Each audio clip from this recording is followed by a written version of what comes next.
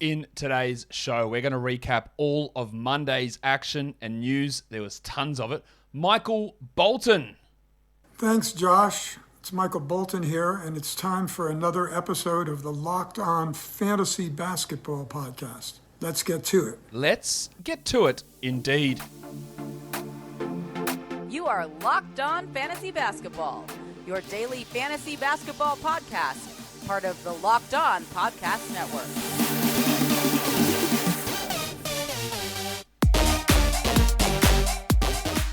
Hello and welcome to the Locked On Fantasy Basketball Podcast, brought to you by Basketball Monster. My name is Josh Lloyd and I am the lead fantasy analyst at basketballmonster.com and at Yahoo Sports Australia. And you can find me on Twitter, as always, at redrock_bball and on Instagram at Locked On Fantasy Basketball. Thank you to Rock Auto, who is sponsoring today's show. Amazing selection, reliably low prices, all the parts your car will ever need. Visit rockauto.com and tell them that Locked On sent you, and thank you to you also for making Locked On Fantasy Basketball your first listen every day. We are free and available on all platforms. And if you want to hear the news about Collin Sexton's injury, go and check out Locked On Cavs. We have a Locked On show for every NBA team, every team across the NFL, Major League Baseball, NHL, and we've got college teams in there as well. So much happened today. News updates, in-game stuff, big performances, possible suspensions. We're going to talk about it all today, but quickly, an update on the Locked On Championship League, the head-to-head league. I'm currently sitting in 7th in that league after winning both my matchups this week. Styles of Beyond remains in 1st. I'm 7th with a 500 record, so I'm coming okay. I'm going all right. I'm pretty happy with how it's traveling there in those leagues. Always going to lose a couple early on. That's the way I look at it, as you just try and stabilize everything. And we're going to push up into that next section, but we have got a lot of news to talk about. So let's talk about that news right now. Collin Sexton has a torn meniscus. I think Collin Sexton's a drop without an injured reserve slot, or if you have excess injured reserve guys. Torn meniscus, we don't know. He's going to have surgery. We don't know what the timeline's going to be. If it's a meniscus removal, it can sometimes be like a 2-month thing. But always, it's a knee injury. It's a knee surgery. That shit's going to take a while. So I would say best case is 8, maybe 10 weeks. If you have a meniscus repair, it's the season. There's no way he's back within a month. And Collin Sexton's not performing that well that you need to hold on to him through that. It's a pretty clear drop, I think. Again, Sexton was already tending towards being a drop anyway. He wasn't, but he was tending that way or trending that way. And now with this knee surgery, it probably has him out till after Christmas. I'd say best case, I think you got to get rid of him. Joel Embiid has entered the COVID protocols. Might be 7 to 10 days there. Got to depend on getting some negative test results back. But he's going to be out. Rui Hachimura could be out up to another 2 weeks. He's rejoining the team and then getting reintegrated, but he could return at some point in the next 2 weeks. I do not think in a category league that Rui Hachimura is a must-roster player. In a 12-team points league, I could see adding him, but I'm not sure that it's necessarily not necessarily a guarantee that you have to sit on him. He's not that good where he's just got to be grabbed under all circumstances and then wait for a couple of weeks for him to come back. Jaylen Brown is out another 1 to 2 weeks with a hamstring injury. With his hamstring injury, that'll give Dennis Schroeder more value. It gives guys like Aaron Nesmith coming off the bench and Josh Richardson for deeper leagues, but Schroeder's the real 12-team winner there. And then Ben Simmons is going to be speaking to the Sixers medical staff and mental health professionals about his issues. I don't know if this is going to change anything about Simmons returning. I really doubt that. But it is another step of whatever's going on in this whole saga. It's something that has developed, and we'll see exactly what that means. We will talk more about the news on Michael Porter Jr. When we talk about the Nuggets game, we'll talk more about the news on PJ Washington Jr. when we talk about the Nuggets game as well. Was also some news on TJ Warren with Shams Charania reporting that he could be back by the end of December, early January, which is a little bit longer than Rick Carlisle initially said. And then he's going to be limited after that. It's very hard, again, without IR for me to justify TJ Warren, who could be out 2 more months, maybe longer, to consider holding him and then be restricted for another month after that. Pretty tough for me to imagine he's going to be useful for long enough or quickly enough, more to the point, to hold him if you don't have injured reserve. Unfortunately, it's just another real lost season for TJ Warren, which seems to happen all the time. Now, normally at this point, I would go through and look at the most traded player, but I thought I'd do something different. I don't know if this segment's going to work out. I don't know if you guys are going to enjoy this segment. I've got no idea. But it's time for the debut of... I request elaboration. Yes, I request elaboration. So we're just going to do a bit of a deep dive on a player who's been trending a little bit. And that deep dive is on Myles Turner. Turner was very up and down. People were frustrated with this bloke to begin the season. I literally had people asking if they should drop him. Of course, the answer to that was no. But over the last 2 weeks, he's up to the 30th ranked player. He's averaging 13 points, 9 rebounds. Dude, you're 7 foot. How come you can't grab rebounds? Well, I think that's sort of okay at the moment. 1.8 assists, 0.6 steals, but another league-leading 2.9 blocks. And that's just in 28 minutes. And we've seen his minutes push up over the last few games. Really impressive stuff. And look at that shooting. 51% from the field, 42% from 3, and 73% from the line. Some elite shooting numbers. It's a career high 65% effective field goal percentage for Turner this year. That's in the 79th percentile in the league. So he is really playing at a super high level.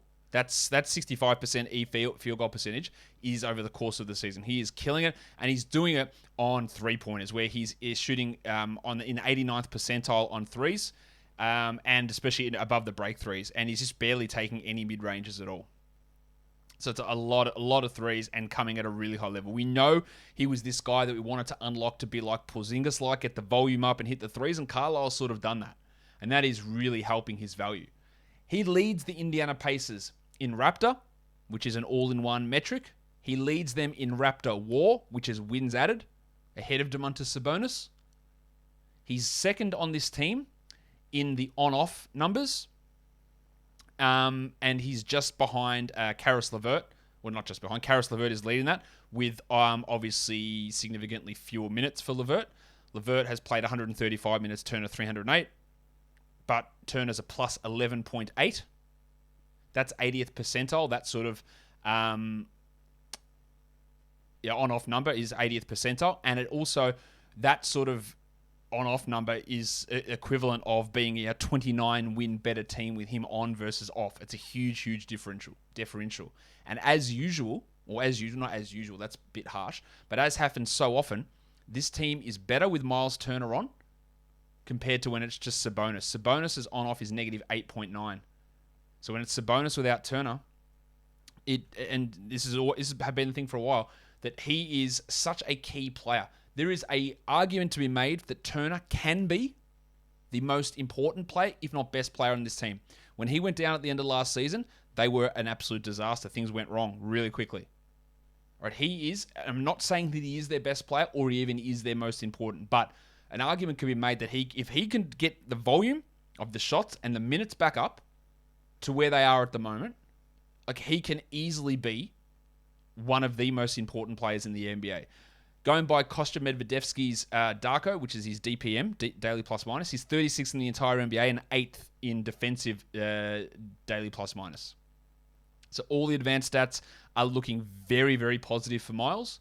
He was an underrated defender as well last year and super important to this team, and we are seeing that with how he's going in these advanced stats and the on-off numbers. They are really, and a lot of the DPM stuff as well from Kostya is looking what's happened, but also has some forward-facing ability, as does Raptor.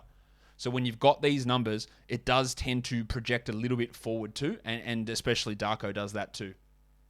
And having that sort of on-off differential, again, showing how important it is. If Carlisle starts to recognize this and we start getting 33, 34 minutes of Turner instead of those 25, 26-minute games, it's going to be really intriguing to see how high he can push up his fantasy value. What did you think about my I request elaboration segment? I probably won't do it every day, but it's just something else we can chuck in there. It's time for WATFO now.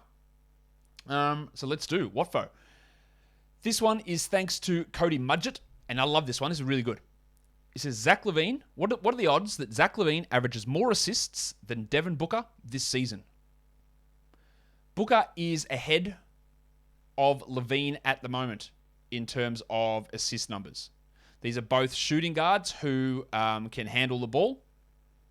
but have other guards on their team who are going to take the ball out of their hands and limit what they can do from a point guard perspective. Now, Booker's numbers, we've seen in the past when he gets those big assists, he can push up to be a really good fantasy player. He is averaging this year 5.1 assists, Devin Booker.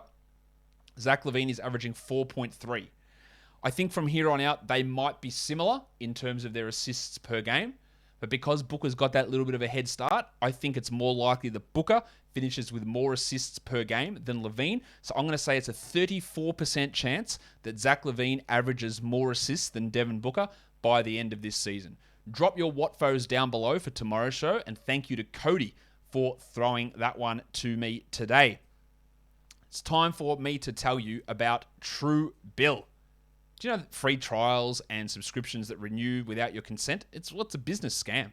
They let greedy corporations pocket your money. So you can download Truebill to take control of your subscriptions. Truebill is the new app that helps you identify and stop paying for subscriptions you don't need, want, or simply forgot about. On average, people save up to $720 a year with Truebill because companies make subscriptions hard to cancel. Truebill makes it incredibly simple. Just link your accounts and Truebill will cancel your unwanted subscriptions in one tap. And your Truebill concierge is there when you need them to cancel unwanted subscriptions, so you don't have to. Truebill has over 2 million users and helped them save over $100 million.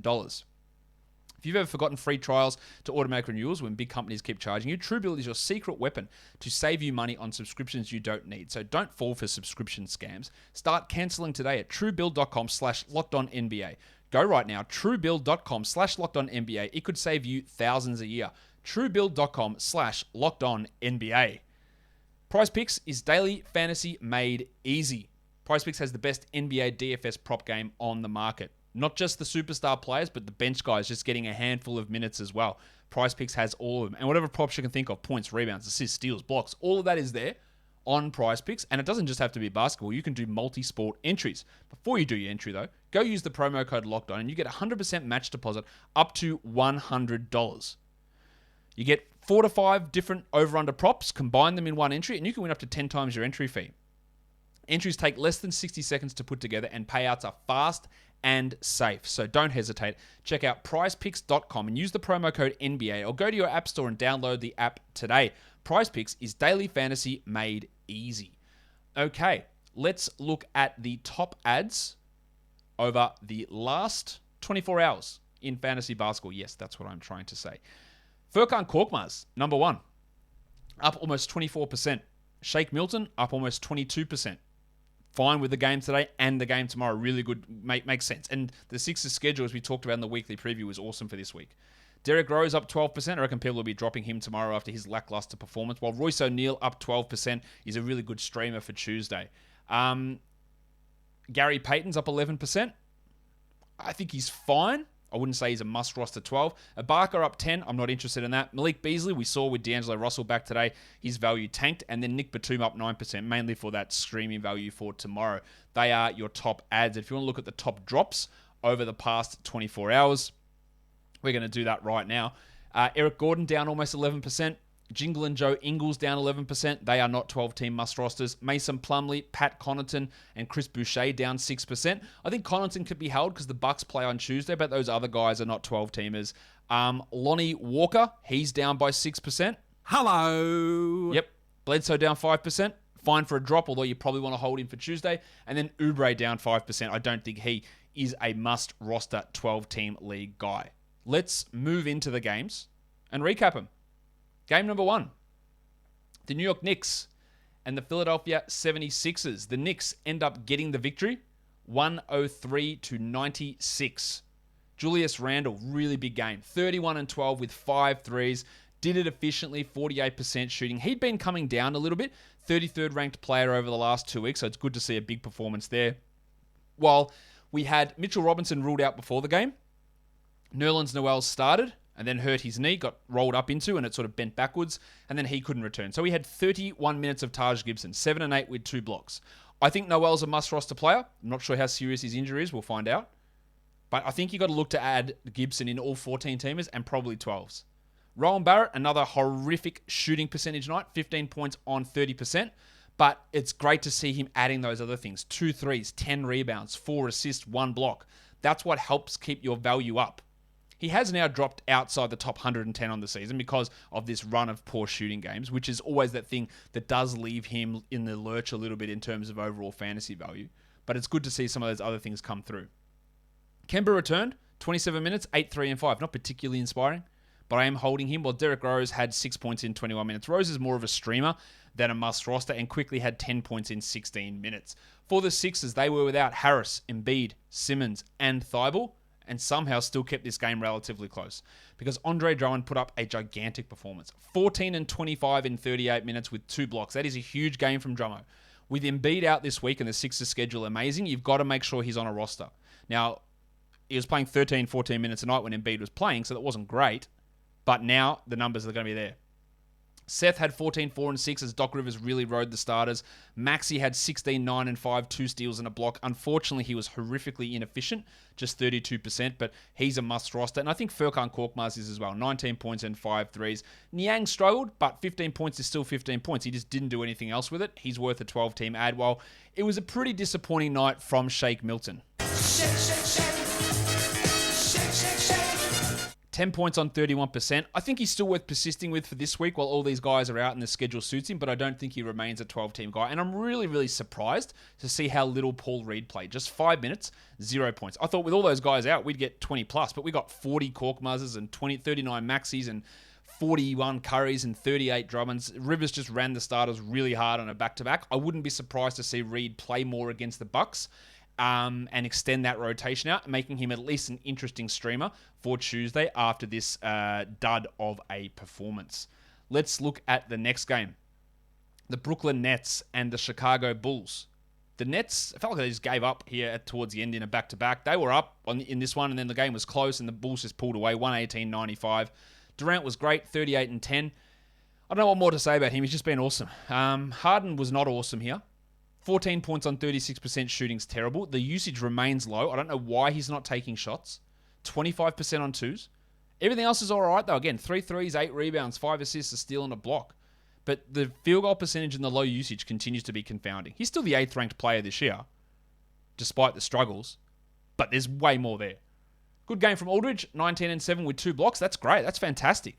Unfortunately, we just can't trust that often enough to have him as an absolute guaranteed must-roster 12-team league guy. He is absolutely fine to have, and he's the guy you want out of him and Griffin and Brown and Mills and Claxton and all those guys. He's the one you want. He's the third option on this team in terms of fantasy behind Durant and Harden, but it's not must-roster. Nor is Joe Harris, of course, who had 9 points with 3 threes. He is only a streamer or a 14-team league guy. Patty Mills had 5 points. Drop him. Bruce Brown had 2 blocks. That's great. Was 0 of 8 from the field somehow, Bruce Brown. Baby shark, do-do-do-do-do.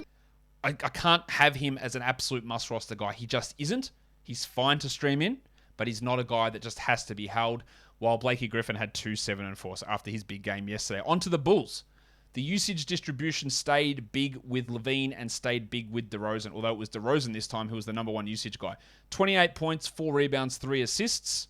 He did it on 50% shooting and 7 of 9 from the line. Another big game from DeRozan. While Levine had 24, 5, and 5 on 59%. Really good stuff. Nikola Vucevic. It's Big Vucevic. 11, 13, and 5. 1 steal, 3 blocks. You know, you love getting 5 assists, 13 boards, 3 blocks, but he cannot shoot at all. 36% from the field. He was under 19% usage. He's scared to shoot. Like he's forgotten what to do. And I think an important point with Vooch is he was a 40% three-point shooter last year, but never before was he that. He was always a mid-30s guy. So I think some of that, and we talked about that a lot, that last year was a career year, and maybe some of these things don't repeat. And they're not repeating. I think his usage will go up once some shots start falling, but at this point, it's pretty much who he is, unfortunately. A 62nd ranked player this year. Good game from Javonte Green, 11 and 7 in 29 minutes, but I wonder what happens to his minutes when Kobe White arrives, which is going to be within a week or so, it looks like. 3 steals for Green is nice, and Caruso, he's getting by on steals, 5, 4, and 2 with 2 steals. If you don't need steals, Caruso's probably not a 12-team league player. Aya Dosunmu outscored James Harden, 15 points in 20 minutes. Big game from Dosunmu. I still don't know what his role is as a full-time rotation player, and I think he's probably the guy that does lose out when White returns. but he's given them more than I expected him to this season. Well, Bradley had 8 points in 15 minutes. It was a bit of a stinker from Lonzo, 11, 4, and 3 on 33% shooting. He obviously can do better than that. We've seen him do better than that plenty of times. The next game, what a weird one this one was. The Minnesota Timberwolves end up losing to the Memphis Grizzlies 118-125. The Wolves were up big with about 7 minutes to go. And then the Grizzlies somehow push it to overtime and then won comfortably in overtime. D'Angelo Russell returned, played 41 minutes after the ankle injury. 30 and 5, 7 assists, 6 triples. Obviously, a must-roster player. There are plenty of... At the first sign of any injury to Russell, people drop him. Again, he's one of those guys that people hate. They hate him. So whenever something goes wrong, you can always get a deal on him. Townsy had 25 and 13 with 2 blocks. Big game there, while Anthony Edwards, Goose. His efficiency's been really poor, but 27, 5, and 3 with 3 steals and 4 threes. 41% is rough. That is holding his rankings down, but that can improve, obviously. They decided to start 2 point guards in Patrick Beverley and D'Angelo Russell, which I think is fine. 29 minutes for Beverley, 9, 3, and 4, a steal, 2 blocks. I think, let's call it now, Beverley's a must-roster 12-team league player. I don't know if they'll persist with him, but he's a better option than Josh Okogie. He's probably a better option than Jared Vanderbilt. He's definitely a better option than Taurean Prince. Let's see if they keep going that way. McDaniels had a 1-1, 11 and 7, and fouled out. That's totally fine for 14-team leagues, but I don't think he's a 12-team league guy. While Vanderbilt only 11 minutes. His minutes just go all over the shop. He plays like 26, they play well. He plays 25, they play well. Then he goes down to 11, then he'll be up to 25. He's just a rebound specialist, and that can be useful in 12-teamers, but obviously when he plays 11 minutes, it's not useful. While Malik Beasley closed it out, played in overtime, but ended with just 27 minutes and 4 points. And with Russell back and Beverly starting, it's very hard for me to look at Malik Beasley and say, yeah, must-roster guy. Great streamer, but not a must-roster player. And he's been dropped in quite a few spots, which I think is fair enough. On to the Grizzlies. Morant had 33, 6, and 8, a steal, a block, and 3 triples. The efficiency has really fallen away, just 42%, but great to see him going 10 of 12 from the line and putting up some big numbers in multiple categories. While the wave pool, DeAnthony Melton, 19, 3, and 3, 2 steals, a block, and 3 threes. Yes, Dylan Brooks is coming back, but I'm going to wait for Taylor Jenkins to make the wrong decision before I preemptively drop Melton, assuming he makes the wrong decision, because he might not. Melton is a must-roster player. Must-roster. Jaren Jackson played 32 minutes, played a lot at center, had 14 and 8 with a steal and 3 blocks. He was on the buy low show today. I don't reckon that's going to stick. Like you're not going to be able to buy low very soon. Steven Adams has played like 20 minutes or under in I think 4 of his last 6 games. 3 points in 19 minutes, and they're going more Jackson at center, which means less minutes for Adams. I think Steven Adams is a drop. I don't think he's an auto drop, but if you need to clear a spot, he's a drop. Big game from Kyle Anderson, 29 minutes, 12, 9, and 7. Yeah, he did get to 28 because he played 5 in overtime. But the Anderson-Jackson front court, I think, is almost one of their best combinations. I'm watching Kyle. I'm looking in more for 14 teams. Brandon Clark, out of nowhere. Now, he had not been in the rotation at all. He played 24 minutes for 20 points and 9 rebounds on elite efficiency, 73 and 80. A lot of people already ask me, is he a 12-team ad? And the answer to that, to me, is no. He's a watch at this stage, unless they just commit to playing him 27 minutes a night or even 25 minutes a night, which I don't think they do. That'd mean like an elimination of Adams. They could do that, but I'd want to watch it first. His upside isn't high enough for me to get super stoked about that game. It was great. It was awesome. There's no denying that. But is that a realistic expectation every game? Probably not. Not a great night from Desi Bain. 41 minutes, 13 points, the 5 assists and 39%. I think he is going to end up being more droppable than what Melton is just because he's not as diverse across categories. But again, let's wait to see what Jenkins does with those minutes before we make that preemptive drop of guys. I wouldn't be preemptively dropping these players who've been providing such great value for us this year. There's so many cars, makes, and models available these days. It's impossible for a local chain auto parts store to stock everything you need. You go in there, you got to wait behind the counter, and then the bloke's going to order it in, just getting the only brand their warehouse happens to carry, so you have to pay more. Get out of here. Go to RockAutocom, a family business serving auto parts customers online for over 20 years. Why would you spend 30, 50, even 100% more for the exact same part that you get somewhere else? Stupid stuff. No need for it. So, find the parts that you need for your car, whether it's brake parts, tail lamps, motor oil, or even new carpet. Load them into your cart, and then at RockAuto.com, in their How Did You Hear About Us box, write Locked On. so that they know that we sent you. Amazing selection, reliably low prices, all the parts your car will ever need. RockAuto.com. Okay. Fourth game of the day. The Pelicans and the Mavericks. The Mavericks had this one, and then the Pelicans sort of fought back late. In the end, it was 108-92 Dallas. Jonas Valanciunas. Jonas Valanciunas. The immediate knee-jerk gut reaction is sell high. But I've said this, and I'm going to keep saying it because I know everybody doesn't listen to everything I say. And I don't blame you. I don't want to listen to everything I say. Sure, he's a sell high. But is anybody giving you back value of the guy who's the 11th ranked player? And the answer to that is of course not. I don't know when Zion's coming back. And when Zion comes back, what's his minutes going to be like? Low. He'll be sitting out games, I'm sure. So I would rather just roll with Valanciunas, especially on the odd chance that maybe it sticks, at 95% of this production. It probably won't, but just roll with it. You're not getting enough value back in a trade to sell high. If you can, good luck to you. No Ingram, no Herb Jones. So Josh Hart had 38 minutes, 22, 6, and 5. He hasn't always blown up without Ingram, and I don't think that when those guys are back, he's going to be worthwhile. While Garrett Temple had 12, 6, and 3 with 3 steals. Good game from Garrett, but still more 14 team. Devontae Graham, just 8 points on 8 shots, but did have 8 assists. And Nickeil Alexander-Walker, I've seen so many people complain, man, this guy, the shooting. That when you draft him, surely you knew that. I don't know how many times I uttered the phrase that this bloke never met a shot he didn't want to take. And you're seeing that now. 18 points is actually a pretty good result from him. 4 assists and a steal. He's not playing particularly well, but in a punt field goal scenario, he's like a top 100 guy, top 110, which is fine, which is what you should have been looking at. Now, if you can't deal with his poor field goal percentage, don't expect it to change. This is who he is. He's a bad shooter, a bad volume shooter. But he can do a little bit more in some other categories. Jackson Hayes has been out of the rotation, but he played 14 minutes in. He was the only bench player for the Pelicans to score 10 points in 14 minutes. Jalen Brunson continues to excel, 31 minutes, 17, 4, and 6. Absolute must-roster player. Hardaway had 17, 6, and 4 with 4 threes. Good game from Timmy. He's not really a 10-teamer, more of a 14-teamer. Well, Doncic had an ankle injury early, but played through it. Ended with 25, 5, and 5, but still 60% from the line, continues to kill us. He's the 38th ranked player this season. I think he'll be better than that, but I don't think he's making the top 12. Kristaps Porzingis. 12 and 8, 26 minutes, a block, 31% is obviously bad shooting. I thought he looked okay out there. I think there's plenty more room for him to grow. While Finney Smith, the 2 steals are really good for Dorian. He got them really late in this game. He is just a streamer or a 14-team league guy, not must roster at all. While Powell had 6 and 8, and Ntilikina played 18 minutes for 9 points with 2 steals. And he has worked himself into a regular rotation role. Good old Frankie. Let's look at the next game, a controversial game. Miami loses to Denver, 113-96. Jimmy Butler had 31, 5, and 8. The Heat against an undermanned Denver team got smashed in this one. Good from Butler, though. Really good. No steals, but everything else was great. Well, Duncan Robinson hit 4 threes, but his minutes continue to be lower. 27 minutes for him. Only a streamer, in my opinion.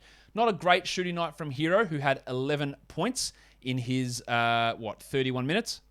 Everyone has a hero. True. 0 people shouldn't have a hero. 2 threes and 5 assists. Yeah, obviously we're still rostering him. While Bam Adebayo just was murdered by Jokic in this game. 10 and 10. Only the 2 assists again. And his field goal percentage is very, very low compared to historical levels for Bam. I think it can come back up, but this was just a really poor game. And it was somehow not as bad as Kyle Lowry's, who went 0 of 8 in 37 minutes. Again, Lowry had been playing really well. Top 45 player over the last 2 weeks. This was just a stinking performance from the majority of these guys. Markieff Morris, let's talk about it now. Markieff Morris ended up getting ejected. He is dealing with, as the Heat phrased it, an apparent neck injury. Very interesting phrasing from them. After Bam and Jokic were battling for a contested shot and rebound under the basket, Jokic contested Bam, grabbed the rebound, and was taking the ball up court. About to cross halfway, and Morris basically charges into Jokic and hits him from the side. Not trying to contest the pass, just runs in, elbow into the ribs, charges into him. Right, hits him, walks off. Jokic, kids, cover your ears, because he's a mad fucker. He is, do not mess with this guy. He will fold you up in a minute. All right, he is tough as shit. He did not like this. Morris turned his back, hit Jokic, charged him, elbowed him, turned his back. Jokic charged the shit out of him, lowered the shoulder right into his back. Morris went down like a sack of shit. Stayed on the ground for a bit. They called a stretcher out. He ended up walking off. I don't know what the extent of any injury that he has. He has had neck problems in the past, so we hope he's all right. There was some definite whiplash effects after that hit because he just got crunched. And there's a couple of ways to look at this. Markieff Morris 100% instigated this. He committed an absolute charge, not a basketball charge. He charged straight into Jokic, no play on the ball to hit him. Make no mistake about that. He deliberately tried to hit Nikola Jokic in the side and to hurt him because of the basketball stuff that was going on with him and Bam. Morris, known dickhead in all these sort of things, right? Jokic then retaliated, which you understand. Jokic has got a bad temper. But hitting someone in the back like that, it's a terrible look. Again, he was retaliating. He was instigated. He should have gone up, grabbed him, turned him around, jumper punched him or something. Right? Not just a smash in the back like that. That it could have been dangerous, and I don't know what's happened to Morris in terms of injury, right? But it wasn't out of nowhere. He's got to control himself better though, Jokic. You can't be doing that. He will cop a suspension. There are people thinking that he's getting out for weeks. I would be stunned if he is out for more than 3 games on a suspension. I would be stunned. He might be, but some people are going very over the top on how they think he's going to be suspended. He will be suspended. Make no mistake about that, Jokic, but I don't think it's going to be as extreme as some people think. So he had a huge game. Big Chungus. 25, 15, and 10 with 2 steals and 2 blocks. Actually, drop your comments down below. What did you think of the Jokic-Morris incident? How many games do you think Jokic goes for? What did you think of the whole thing? Let's talk Jokic now because he's out. He's going to be out. So you can add JaMychal Green as a short-term guy. Make sure Will Barton is added as well. 25, 5, and 6 with 7 triples because Maga Porter Jr. is out for, to quote Dr. Michael Malone, the foreseeable future. Do I have any idea what that is? No, because Malone has no idea what that is. He does not know how long that is going to be. I'm worried. I think we've got to look at least 2 weeks here for Maga Porter. It might be 2 months. I don't know. But there is positive reporting that the Nuggets are planning for his return rather than contemplating surgery. The fact that they even said surgery made me shit myself. But the fact that they're planning his return is a good thing. You got to make sure that Barton is rostered. I thought they might go with PJ Dozier and put Aaron Gordon at the 4, but they didn't. They put Jeff Green there. Green played 33 minutes. He had 13 points. He can be at least a 14-team league ad, but keep an eye on the big stiffy, Boner Highland, and also on PJ Dozier. Now, Highland is a much better fantasy player than Dozier. He had 6 points, 2 steals, and a block. That is a solid 16-team ad for Highland. And then we'll see what happens with those minutes there. Aaron Gordon, still, man, no Porter, only 10 points, 7 rebounds. Just continues to struggle. I would still have him in 12-teamers with those guys out, but not great. 14, 3, and 5 for Monty Morris was solid. And interestingly, Facu Campazzo out of the rotation. They brought Austin Rivers in to take his place. So it's Rivers and Highland now instead of Campazzo and Highland, which before was Campazzo and Rivers. So some interesting stuff developing there for the old Denver Nuggets. All right, let's go on to the next game, 6th game of the night. The Warriors handle the Hawks on a back-to-back.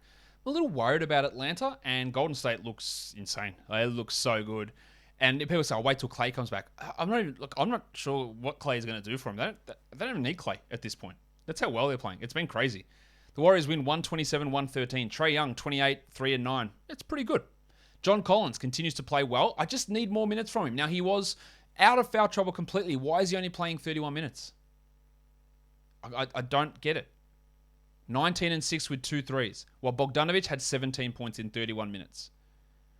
Clint Capella looks like a disaster at the moment. 23 minutes. Now, when we did the ADP battles in the off-season, remember I talked, I think it was Jared, because he loves Clint Capella. I said, look, I am worried about this Achilles injury. And he said, yeah, he had the same thing last year. That's fair enough. Yeah, he did. He had the same thing last year. I'm obviously more worried about it now. He can't get anything going. The rebounds are well down. Usage is well down. He can't finish at the rim. 2 and 6 in 23 minutes. That's a disaster for Clint Capella.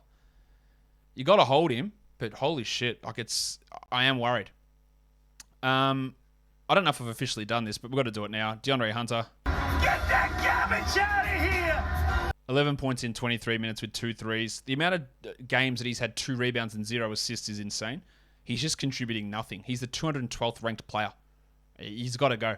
Herder had 11 points while Delon Wright was back in the rotation after Nate McMillan was asked a couple of days ago, what does Delon have to do to get back into the rotation? And then he said, I'm not telling you, or some shit like that. And then he was back in over Lou Williams. Delon is significantly better in the year 2021 than Lou Williams. I don't think that's a debatable fact or a debatable opinion. It really isn't. And he should have been playing. Not that it mattered in this game because they just got cooked. 7 and 5 with 2 steals for Delon. That's a deeper league scenario there. While Cam Reddish, he's just way out of it. 13 minutes again, 3 points. Jack Armstrong, what are we doing with Cam Reddish? Get that garbage out of here! Yeah, that little run where Reddish was on, where he was playing 27 a night and dropping everything in the ocean, said, let's wait and see what the shooting looks like. He's been a disaster over the last week, like really bad. And another really bad performance here from Reddish. You can't hold on to that sort of up and down bullshit. For the Warriors, Steph, Jesus Christ, 50 points. He banged his shoulder up early, went to the bench for a bit, got it retaped, played. 50 points, 9 threes, 10 assists, 3 steals, and a block. That's some pretty crazy shit right there. Jordan Poole continues his assault on being awesome. 16 points on 17 shots, but 3 threes, 4 assists, and 2 steals. He's like a top 50 player at the moment. I don't know what's going to happen when Clay returns, or when Clay returns, but he is... And I know I don't know who it is, but I remember tweeting this out at the very start of the season that Poole might be better than Wiggins. And then Poole had a cold stretch, and this guy was, you're so quick to say Poole better than Wiggins. Poole is better than Wiggins. Whoever you are on Twitter that interacted with me about that, if you are listening, he's better than Wiggins. I say that marginally to take the piss, but also he's better than Wiggins. 16, 4, and 4 for Geordie. Well, Wiggins had 13 and 4 in 26 minutes. Wiggins has been really bad. I think if you're in a 10-team category league, I think Wiggins can be a drop. In a points league, I wouldn't. In a 12-teamer, I would probably hold. Gary Payton Jr., Gary Payton II. If you're looking for steals, he can bring them. 3 steals, not much else there. 21 minutes is interesting. He is not a 12-team league guy. He is a 14 to 16-team league player, while Looney had 6 points in 17 minutes, and we had 7 minutes of John Kuminga for 1 point. With Andre Iguodala out, I don't think that he's really going to contribute too much at all this season. I don't think that should be too much of a surprise to people. The next game that we go looking at is the Phoenix Suns, who are up big in this one against the Kings, and the Kings come home in the end. The Suns win it 109-104. Cameron Payne, my boy, the owner of my heart, 24 points, 4 threes in 22 minutes. Just a bonanza performance from Payno. Don't think we need to overreact to it, but it's just great to see. Mikal Bridges, who was on the Buy Low show today, I said the defensive stats will come. He had 16 points with 2 steals and 2 blocks. That's the spirit. Chris Paul finally saw the assist drop down, but still had 3 steals, 16, 3, and 5 with 3 steals, while Frank the Tank Kaminsky couldn't keep his magic going in a revenge game. Funny how his worst game is against his former team. 10 and 5 in 22 minutes with a steal and a block for Frank the Tank. With Ayton out, he is worth streaming, as is McGee for blocks, who had 6 and 7 and 2 blocks for Big JaVale. Devin Booker, another 6 assists. Helps my WATFO there. 18, 9, and 6 with 2 steals for Booker, who's been much better this year than he was last year from a fantasy perspective. Well, Jay Crowder, what do we think? Sometimes maybe good, sometimes maybe shit. 5 points, 3 assists, 2 steals, and a block. Nice steal numbers, but the shooting is just all over the place. And Cam Johnson continues to be bad. I don't think he's very good. Definitely this year, he's not good at all. Really, really struggling. On to Sacramento. The pencil, Harrison Barnes. Barnesy.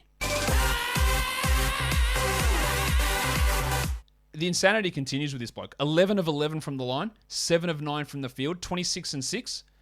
I think Barnes can be a top 50 player this year, but he is like cracking on as a top 20 guy. It's been remarkable. And finally, De'Aaron Fox. 24, 4 and 5, 3 steals, 3 blocks. Unfortunately, he dropped a old dung heap on your free throws, where he went 7 of 11 and only 42% from the field. But good to see the other stuff coming around. With Tyrese Halliburton out, we've got 31 minutes from Davion Mitchell, 12 and 6, 2 assists, 2 threes. He's fine.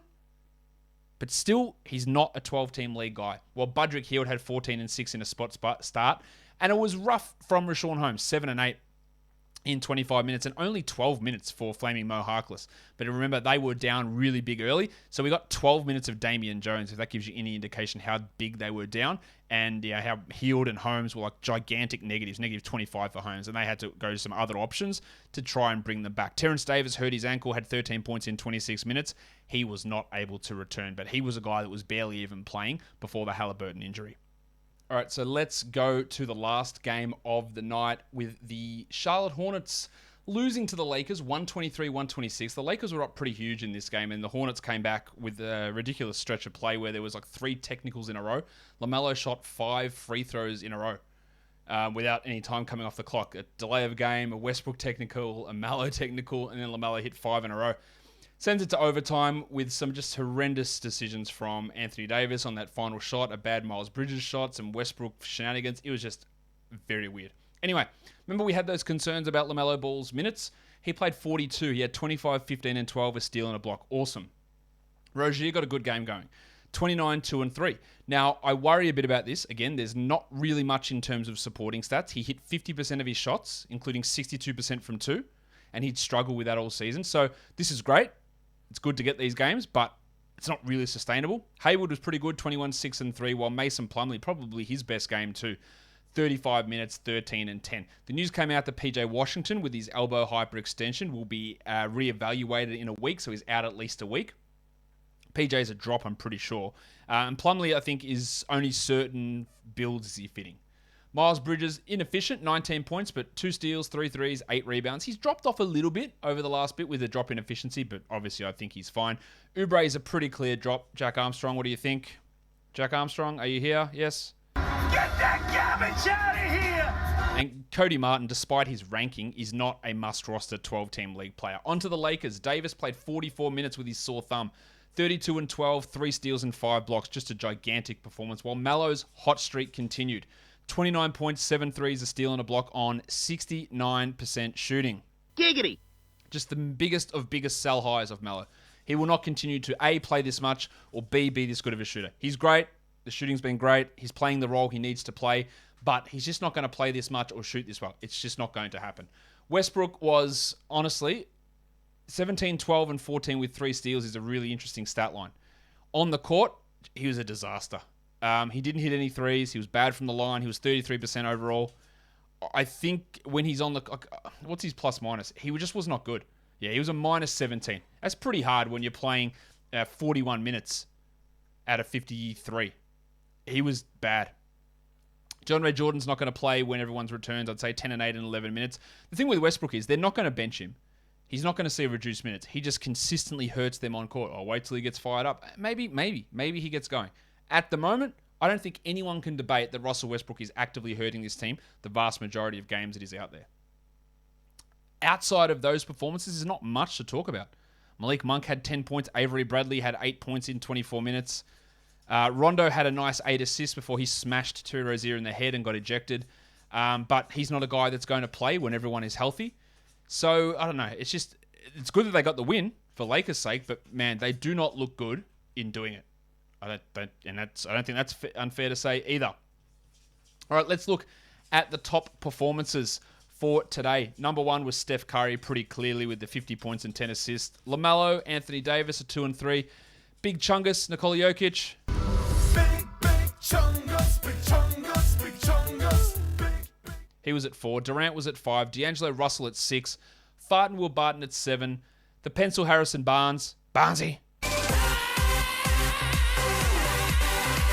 He was at 8. Julius Randle was at 9. And Carmelo Anthony at number 10. If we look at the top 10 players who were rostered in under 50% of leagues, number 1 was Cam Payne, a really good offensive performance, but don't read into that.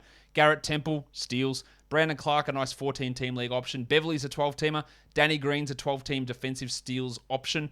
JaVale McGee's a block streamer. Monty Morris is a 14-team league guy. Javonte Green in deeper leagues. Korkmaz, absolutely 12-team. And I think Taj Gibson's a 12-team league ad with the injuries in New York. And then the top 10 players in points leagues today: Steph Curry, Anthony Davis, Nikola Jokic, LaMelo Ball, Ja Morant, Russell, almost called him Ya Morant with a soft J, Russell Westbrook, Kevin Durant, Jimmy Butler, D'Angelo Russell, and the big avocado Andre Drummond. That will do it for today's show. Tell me again, WATFO's down the bottom. Your thoughts on the Jokic-Morris incident. What you thought of I Request Elaboration. All that stuff. And follow this podcast, Apple Podcasts, Google Podcasts, Stitcher, Spotify, and on the Odyssey app and on YouTube. Thumb it up, comment, subscribe, notification bell. Guys, we are done here. Thank you so much for listening, everyone.